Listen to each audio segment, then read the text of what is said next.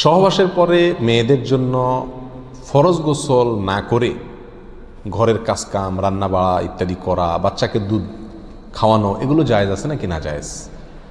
গোসল ফরজ হওয়া অবস্থায় গোসল না করার আগ পর্যন্ত কয়েকটা কাজ করা নিষেধ। 1, নামাজ পড়া নিষেধ। 2, তওয়াফ করা নিষেধ। 3, মসজিদে অবস্থান করা নিষেধ। 4, কোরআন স্পর্শ করা নিষেধ। 5, কোরআন পড়া নিষেধ। এই 5টি কাজ ছাড়া আর কোনো কাজ কিনা নিষেধ না।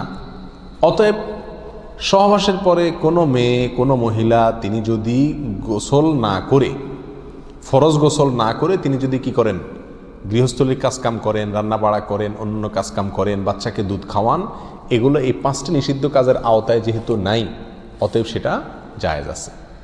আমাদের দেশে যত কঠোরতা সব মেয়েদের উপরে, ছেলেদের উপরে নাই। ছেলে গোসল ফরজ হয়েছে, 2-4 ঘন্টা শুয়ে রয়েছে বা এমনকি হাঁটাহাঁটি করছে, তাকে তেমন কেউ কিছু বলে না। সমস্ত চাপগুলা মেয়েদের উপরে। আর এই ফতোয়াগুলা মেয়েদের উপরে, ফতোয়াগুলা দেয়ও বেশিরভাগ মেয়েরাই।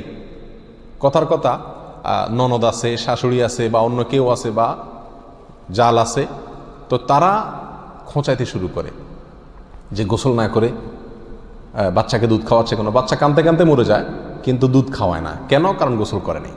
তো এগুলো না জানার কারণে হয়েছে। ফরজ গোসল না করে 5টি কাজ করা নিষেধ, এর বাইরে আর কোনো কাজ নিষিদ্ধ না। অতএব এমনকি আপনি রোজাও রাখতে পারেন, কি ফরজ গোসল না করে রাখতে পারেন বলতে সাহারি খেতে পারেন, সাহারি খেয়ে রোজা শুরু করতে পারেন। তাহলে আপনি বাচ্চাকে দুধ খাওয়াতে পারবেন না, কে বলেছে? বাসায় কাজ করতে পারবেন না, কে বলেছে? তবে হ্যাঁ, যদি আপনি ফরজ গোসল একটু দেরিতে করতে চান কোনো কারণে, তাহলে সেক্ষেত্রে অন্যান্য কাজ কামের সুবিধার জন্য উজু করে নেওয়া উত্তম। সহিহ মুসলিমের এক হাদিসে আসছে, নবী আলাইহিস সালাতু ওয়াস সালাম গোসল ফরজ হলে ওই অবস্থায় যদি কেউ ঘুমাইতে চায়, শুয়ে থাকতে চায় অথবা অন্য কোনো কাজ করতে চায়, তাহলে তাকে উজু করে নেওয়ার পরামর্শ দিয়েছেন। অতএব উজু করে নিয়ে এরপর অন্যান্য কাজ করা উত্তম। এর বাইরে উজু ছাড়া যে সে কিছু করতে পারবে না, ব্যাপারটা এরকম না। একবার আবু হুরায়রা রাদিয়াল্লাহু তাআলা আনহু, তার সাথে নবী আলাইহিস সালাতু ওয়াস সালামের দেখা হয়েছে কোনো এক রাস্তায়, এই অবস্থায় যে তার গোসল ফরজ হয়েছিল। তো আবু হুরায়রা রাদিয়াল্লাহু তাআলা রাসূলুল্লাহ সাল্লাল্লাহু আলাইহি ওয়াসাল্লামকে দেখে এড়াইয়া চলে গেছেন, একরকম পালায়া চলে যাওয়ার মতো, যায় তাড়াতাড়ি করে গোসল টোসল করে তারপরে আসলেন। নবী আলাইহিস সালাতু ওয়াস সালাম জিজ্ঞাসা করলেন, আবু হুরায়রা তুমি কই গেছিলা? তোমার দেখলাম। বলে, ইয়া রাসূলুল্লাহ, আমার গোসল ফরজ হয়েছিল, তো আমি আপনার সঙ্গে বসবো, সময় দেব, ফরজ গোসল অবস্থায় আমার কাছে জিনিসটা অপছন্দ লাগলো, নাপাক অবস্থায় এভাবে থাক, আপনার সাথে সাক্ষাৎ করব। তখন নবী আলাইহিস সালাতু ওয়াস সালাম বলেছেন, সুবহানাল্লাহ, মোমেন আবার নাপাক হয় নাকি? অর্থাৎ এটা তো একেবারে তোমার পুরো বডি নাপাক হয়ে গেছে, টাচ করলে আমি নাপাক হয়ে যাবে, ব্যাপারটা তো এরকম না, তুমি এটাকে এত কঠিনভাবে নিয়েছো কেন?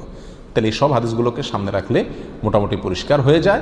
আমাদের আয়েশা রাদিয়াল্লাহু তাআলা আনহা থেকে এক হাদিসে আসছে, তাকে জিজ্ঞাসা করা হয়েছিল যে নবী আলাইহিস সালাতু ওয়াস সালাম গোসল ফরজ হলে তিনি ঘুমাতেন কিনা? তিনি বলেছেন হ্যাঁ ঘুমাতেন। কোনো কোনো বর্ণনা আসছে উজু করা ছাড়াও ঘুমাতেন। তাহলে বোঝা গেল উজু করে নিয়ে ঘুমানো, উজু করে নিয়ে কাজকাম করা উত্তম, কিন্তু আপনি যদি নাও করেন তাতে কি হবে না, কোনো গুনাহ এতে হবে না। আল্লাহু আ'লাম।